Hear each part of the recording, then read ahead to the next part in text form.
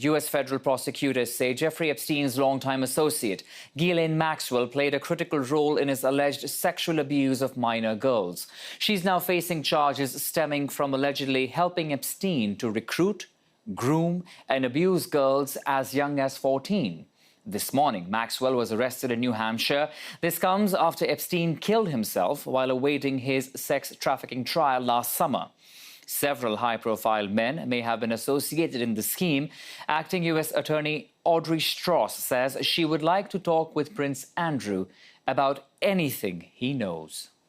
I'm not going to comment on anyone's status in this investigation, but I will say that we would welcome Prince Andrew coming in to talk with us. We would like to have the benefit of his statement. And let's now bring in Marc Fisher, senior editor for The Washington Post, who has been covering the Epstein case very closely. He joins us now. Marc, good afternoon, and thank you for joining us on CTV News Channel. Appreciate it. Good to be with you. So, was this coming, and why now? Well, this has been a long time coming. In fact, Ghislaine Maxwell has wandered the earth looking for safe refuge as she has realized that the prosecutors in New York were after her. She has an extraordinary bank of knowledge about Jeffrey Epstein's activities and her own activities as the procurer who brought Epstein young teens for sexual purposes. And she was not only the procurer, she was the paymaster. So she knows the details of who came to Epstein's island in the Caribbean, who came to his mansion in New York, and what kinds of activities they took part in.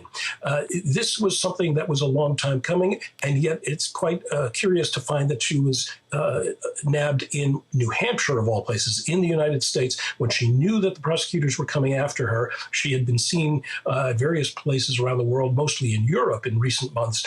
For her to come back to the United States showed either a remarkable naivete or a true sense of daring.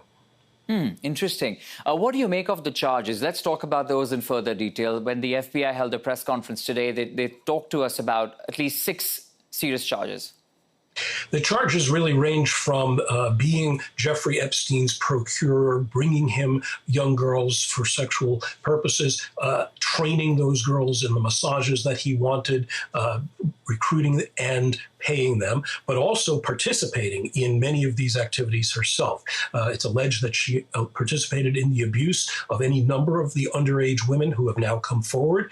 And so she faces extremely serious charges that would carry decades of time in prison. But as the prosecutor made clear today, the government is interested not perhaps in sending her away to prison for many years, but in flipping her, in getting her to cooperate so that they could go after who they may want more, which is some of those men who took part in the abuse with Jeffrey Epstein. So there will be tremendous pressure brought to bear on her as the prosecutors show her what they have in terms of physical evidence and the testimony of many of the women who were those underage teens. So she will be in a position of having to decide, does she want to take the chance of going away to prison for the rest of her life, or will she cooperate with prosecutors and give them the evidence they need to go after some of these politicians, celebrities, Prince Andrew, and others who allegedly took part in these sexual abuses with Jeffrey Epstein? That's right. So a lot depends on what she reveals in the course of investigation from here onwards. But what's your take on the other people who could have been involved, whose names have cropped up in the past? We also heard from the U.S. attorney today saying they would like to question the prince more, may want to know more details of what really happened with the association there. If she doesn't reveal much information, how do you see this proceed further? Because she was the logical next big catch, if I may say so. Right. So the key question here, and the one that we don't know the answer to, is what was in those vaults in Jeffrey Epstein's townhouse in Manhattan?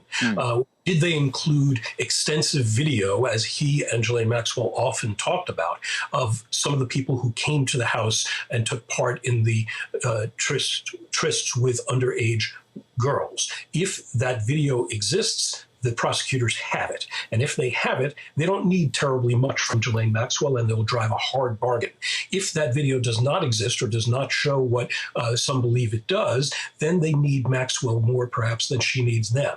In that instance, she really is in the driver's seat, and she can decide just how much she wants to cooperate and can drive a deal that keeps her out of prison at least for a long time. So a lot will depend on what's in those videos that we saw the FBI hauling away from the house some months back. OK, we'll have to leave it at that for a moment, but it'll be interesting to see how this story develops further. Marc Fisher, senior editor for The Washington Post. Appreciate your time.